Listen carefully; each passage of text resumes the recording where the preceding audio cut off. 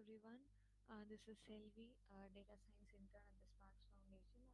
As a data science intern, I have been assigned a variety of tasks to do, of which this is my second task, that is prediction using unsupervised machine learning.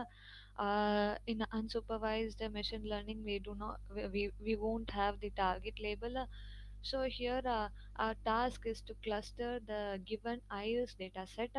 So let us quickly get into the coding part. So first, I'm just importing the necessary libraries like pandas, matplotlib, and seaborn and numpy. The next is that I'm just loading the iris dataset using the load dataset function from the seaborn library. As you can see, this is the given iris dataset. Uh, the species column of this dataset is actually the target label. In unsupervised machine learning, we won't have the target label, so I will drop this column in the subsequent commands that you will come to know it. So the next is I'm just describing the given iris data set that is using the df.describe command. As you can see, it contains 150 rows for each features for sepal length, for sepal width, petal length, and petal width, and it shows the mean of each features and standard deviation of each features and minimum and maximum value of each features. The next is I'm just giving a brief description about the given iris dataset using df.info command. Uh, Here it displays a number of rows and columns. That is, it contains 150 rows and it contains five columns, including the target label. It also gives a number of non-null rows. That is, each row uh, it contains 150 non-null rows for each features, as you can see here. So the next is I'm just counting the number of species in the given iris data set. It contains, as you can see here, it contains 50 rows for versicolor and 50 rows for setosa and 50 rows for virginica. The next is I'm just using a pair plot to plot the given iris data set, and I have given the hue as species. As you can see, this is the plot that we have obtained using the pair plot for the given iris data set. So this is here it plots sepal length against petal width, and here sepal width against petal width. Likewise, uh, uh, here sepal length against petal length and sepal width against petal length and so on. And the next is I'm just using the elbow method to estimate the optimal number of clusters. As I already said, in unsupervised learning, we will not have the target label.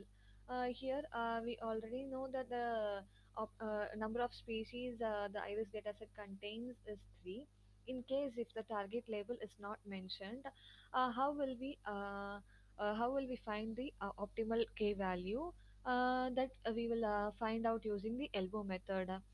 Here, I'll first, in case if we don't know how many number of clusters are there in the given iris data set, we are just assuming the k value as I'm here assuming it as 5. You can assume it as any number you want. I'm just assuming it as 5. So for 5 clusters, I'm just predicting the I'm just predicting the target label by fitting it into the I'm just predicting the target label using the fit predict function. As you can see here, I'm dropping the target label species here, and then I'm predicting the target label using five clusters, using number of clusters as five. So here, as you can see, these are the new target label new target label we are obtaining using 0 to 4 numbers. That is, it contains five, totally five number of clusters. So the next is I'm just checking the centers for these five groups. As you can see, these are the center points of these five groups. I've obtained it using this command kmeans 5 dot cluster and cluster centers. The next is I'm just dropping the target label species. As I already said, I will be dropping it. I'm dropping it here. I'm dropping the target label species, and then now I'm displaying the data frame. As you can see here, it doesn't contain the species column. The next is I'm just adding the new target label, that is this one. I'm just adding this target label to the data frame as a new column. I'm achieving it by using this command df of target is equal to y. As you can see here, the new data frame contains the target label as 0, 1, 1, 2, 3, and 4. That is, it contains five groups. The new data frame contains five groups. Earlier it was three, but now I've dropped that previous target label, and I've had added the new one, which contains five groups. Again, I'm just using pair plot to have a quick look at the new data frame, that is with a new target label, which contains five groups. As you can see, the target contains five groups: 0, 1, 2, 3, and 4. And this is the plot that we have obtained. As you can see, it contains five different colored dots, which indicates five groups.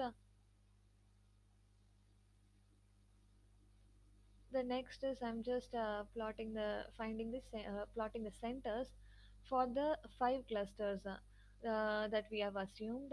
As you can see, that I've used scatter function to obtain this. As you can see, this we have the first center at here for the zeroth target label for the zeroth target, the second here for the second one, for the first one, and here for the second, here for the third, and here for the fourth.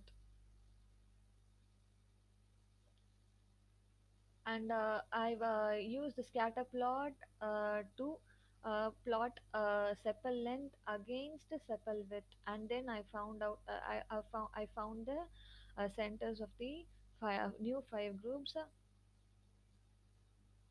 The next is I'm just using the elbow method to find out the optimal number of clusters.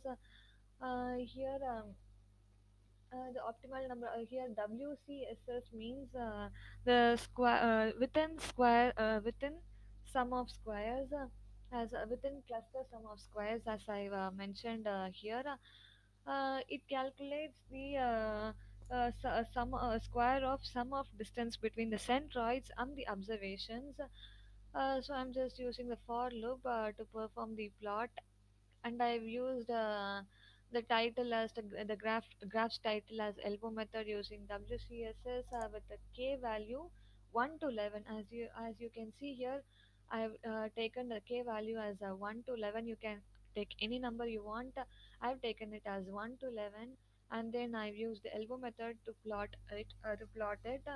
As you can see, the optimal number of cluster is the point at which the point from which the slope of the graph uh, uh, decreases widely. As you can see here, at this point, approximately 3, at approximately k is equal to 3, the slope of the graph decreases widely. So the optimal k value, that is the optimal number of cluster, is 3. Again, I'm just using the k-means method to predict the new target label for the number of cluster by taking number of clusters as 3.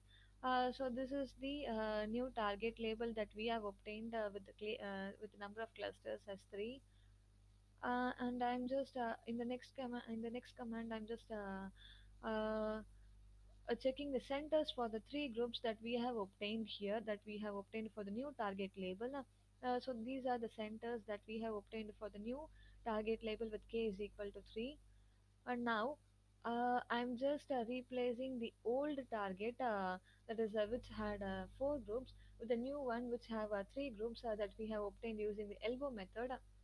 So as you can see, it only contains 0, 1 and 2. That is, it has only three groups. That is three optimal clusters. The next is I'm just finding the centers of the three groups. That is by using a scatter plot. I'm just finding out the centers of the three groups. As you can see, the first one has center here, and the zeroth one has center here, and the second one has center here. So I've just plotted it out by using a scatter plot.